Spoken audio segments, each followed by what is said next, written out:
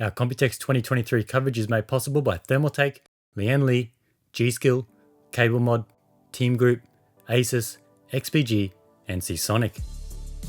What's up guys, I'm Stuart from GGF and we are here at day 2 of Computex and we are at the Team Group 2023 Computex booth and we have a bunch of gear to check out here. We have a heap of memory.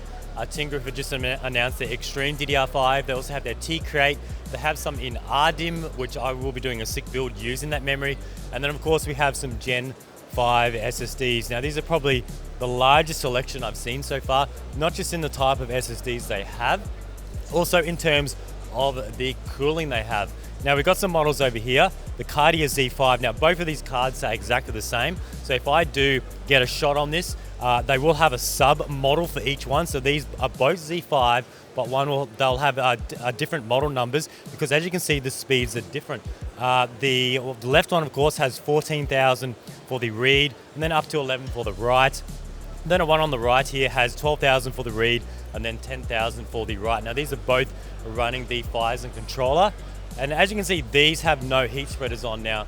I'm a little bit worried about this because I've been speaking to some other companies and they said running no heat spreader at all is super risky and you're only going to get a few minutes of runtime.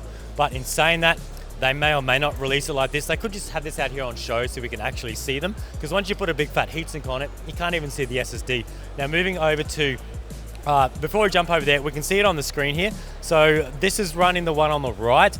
It is spec for 12,000 and 10,000, but as you can see, the read is actually over the 12, so that's pretty sweet to see. So when we throw the 14 in, you're likely to see maybe a little bit higher than the 14,000 for the read. Now moving over here, this whole section over here, of course, like I always say, I'll get some sick B-roll and throw it over all of these coolers. Now this section here, minus this section in the middle, all of this is dedicated for SSD cooling. Obviously, you're going to want to throw this on a Gen5 SSD. No point throwing this on Gen 4, Gen 3. They're not going to run hot enough. You've got different ones here. You've got an Airflow 3, Airflow 1, Airflow 2, and then we just have the Cardia A44, so that's the SSD as well. So there's a lot of different solutions. I'm just going to see, we have a fan in this one, we have a fan in this one, we actually have a fan in this one, which actually rotates. It's got the fin design. This is just nuts how much cooling is going on here, and it just shows you how much heat these Gen5 SSDs are going to produce. And this little big boy over here, this is actually a dedicated all-in-one cooler specifically for a Gen5 SSD. Let's just get the bottom of that, and that's sticking out there like that. So that'll mount in, and then you can mount this 120 all-in-one cooler wherever you want in a 120mm fan spot. We won't touch base on this memory just now. There is memory somewhere else we want to cover. This is their new Extreme, but they do have, back in the old days, can't remember which company it had, but they had that sick dual fan air cooler on top of your memory. So this is coming back. Whether or not we need it in DDR5, we can only see how it goes, and time will tell. Now moving on to another setup. So this is our sort of a live demo on what it all looks like. So Team Group also has a solution that it doesn't just cool your SSD, your Gen5 SSD. They have a solution where it's a 360 all-in-one cooler that does, as you can see, this one here, it's a 360, it does your CPU, then it offloads back into the NVMe SSD, and it's a little bit deceiving because there's actually another SSD underneath the one that's RGB, and that is the 120mm. So the 120mm all-in-one cooler does the one under it, and the 360 all-in-one cooler does the CPU, then it goes back down to the primary Gen5 SSD, and that's how it's done on a closed loop. So pretty crazy. So say you had an all-in-one cooled CPU, all-in-one cooled Gen5 SSD, and you can have an all-in-one cooled GPU. So you're going to have a lot of all-in-one coolers in your system, which is pretty crazy. Now, I don't normally cover SATA SSDs, but a lot of you guys out there will probably still go with those type of SSDs because they're cheaper, and it's a good way to bang in 1, 2, 3, or 4 terabytes of storage in your system. Now, we all know TForce has their Delta RGB SSDs before. I have used them, and I even used them recently in an Antec build. Now these ones take them to the next level. Now these are like some hologram or holographic inside it, and it is full RGB. And then as you can see, it does run a micro USB, and that is how you can control it. You can offload that to your motherboard's RGB header, and you can change that to whatever you want. And then they have another one off to the side. It actually could even be the same one.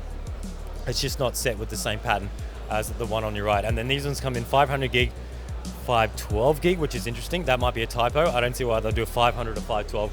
and then a 1T. It could possibly come in a 2TB, and then you've got standard SATA 6 speeds, which max out at about 550 read, and then 550 for the write. Team Group wanted me to check out their more tamer memory. This is their T-Create. They did have this in the DDR4, but it did come out pretty late at the end of the DDR4 era. In saying that, DDR4 is still relevant, but everyone is jumping over to DDR5. Now, as you can see, this is more for as it's called T-Create, it's their creator memory. It has no fancy bling, no RGB, but in saying that, I really do like the aesthetics of this memory. Now, it does come in the black and the white. Now, here we have the Asus ProUp motherboard, and this actually matches the design language to a T. It's got that black.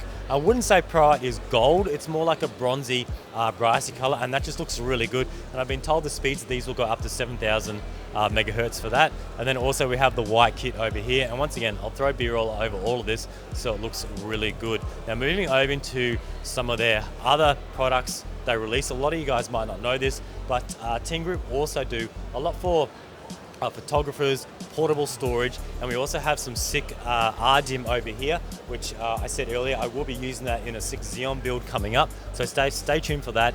They are sending me a bunch of that, so a shout out for them for supporting me on this, because that memory is very, very hard to get.